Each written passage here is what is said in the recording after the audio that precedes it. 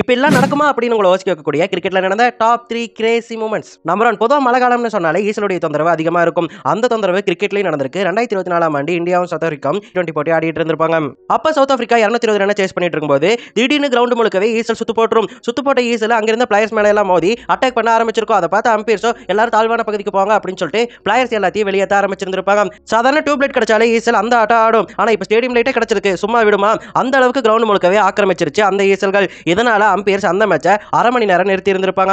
அரை மணி நேரம் கழிச்சு தான் மேட்சையே ஸ்டார்ட் பண்ணி இருந்திருப்பாங்க. இந்த மேட்ச் ரீசெண்டா நடந்ததால கண்டிப்பா நிறைய பேர் பார்த்திருந்திருப்பீங்க. இந்த மேட்சை பார்த்தவங்க கமெண்ட்ல மறக்காம சொல்லிட்டு போங்க. நம்பர் 2, 1999ஆம் ஆண்டு வெஸ்ட் இண்டீஸும் ஆஸ்திரேலியாவும் ஒரு தின போட்டி ஆடிட்டு இருந்தாங்க.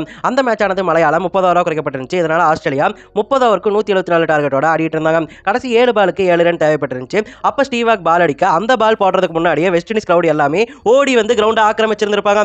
உள்ள வந்த West Indies crowd West Indies ஜெயிச்சிருச்சு அப்படின்னு சொல்லிட்டு கொண்டாடிட்டு இருந்திருப்பாங்க. ஏன்னா அவங்க அதை லாஸ்ட் ஓவரா நினைச்சிருந்திருப்பாங்க. அதுக்கப்புறம் போலீஸ் எல்லாம் வந்து கிரவுட கிளியர் பண்ணி இருந்திருப்பாங்க.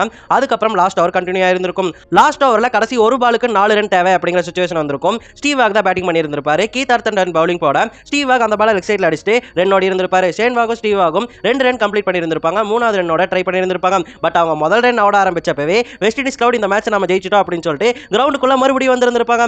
மறுபடியும் வந்து ஸ்டெம்ப் எல்லாம் பிடிங்கி வெஸ்ட் இண்டீஸ் ஜெயிச்சிருச்சு அப்படின்னு சொல்லிட்டு வெறித்தனமா செலிப்ரேஷன் பண்ணி இருந்திருப்பாங்க. அந்த கிரவுண்டே கலவர பூமி மாதிரி மாறி இருக்கும். அந்த அளவுக்கு நூத்துக்கணக்கான பேர் கிரவுண்டை வந்து ஆக்கிரமிச்சிருந்திருப்பாங்க. கடைசியில போலீசார் வந்து வீரர்கள் எல்லாத்தையுமே வெளியேற்றி இருந்திருப்பாங்க. அதுக்கப்புறம் ரீப்ளேல வாகோ வார்னேவும் மூணாவது ரன் ஓடுறதுக்கு ட்ரை பண்ணிட்டு இருக்கிறது தெரிய வரும். அதனால அந்த மேட்சை யாருமே ஜெயிக்கல, மேட்ச் டை ஆயிருச்சு அப்படின்னு சொல்லிட்டு அறிவிச்சிருந்திருப்பாங்க. நம்பர் 3, ஒரு பவுலர் ஒரு மேட்ச்ல 17 ரன் ஒரு பாலுக்கு கொடுத்திருக்காருன்னு சொன்னவங்களால நம்ப முடியுதா? 2019 பிபிஎல் மேட்ச்ல ஆஸ்திரேலியன் பவுலரான ரைலி மெரடித் ஒரு ஓவரை வீசி இருந்திருப்பாரு. அப்ப அவர் ஒரு பாலுக்கு 17 ரன் கொடுத்திருந்திருப்பாரு. எப்படின்னு கேட்டீங்கன்னா முதல்ல ஒரு பால் போடுவாரு, அந்த பால் டாட் பாலா மாறி இருந்திருக்கும். ஆனா அது நோ பால் அப்படிங்கறதால மறுபடியும் போட்டிருப்பாரு. அப்போ வைட போட்டு 4 கொடுத்திருந்திருப்பாரு. 5 ரன் வந்துருந்துச்சா. அதுக்கப்புறம் மறுபடியும் நோ பால் போட்டு இன்னொரு 4 கொடுத்திருந்திருப்பாரு. மறுபடியும் 5 ரன் வந்திருக்கும். அப்புறம் மறுபடியும் நோ பால் போட்டு மறுபடியும் ஒரு 4 கொடுக்க மறுபடியும் 5 ரன் வந்திருக்கும். இதனால ஒரு பால் போடுறதுக்கு 5 தடவை அவர் பால் போட்டிருந்திருப்பாரு. இதனால 17 ரன் அந்த ஒரு பாலுக்கு மட்டும் அவர் கொடுத்திருந்திருப்பாரு. அந்த இடத்துல நீங்க மெரிடித்தோட கேப்டனா இருந்தா எந்த அளவுக்கு கத்திருப்பீங்க அப்படிங்கறத மறக்காம கமெண்ட்ல சொல்லிட்டு போங்க.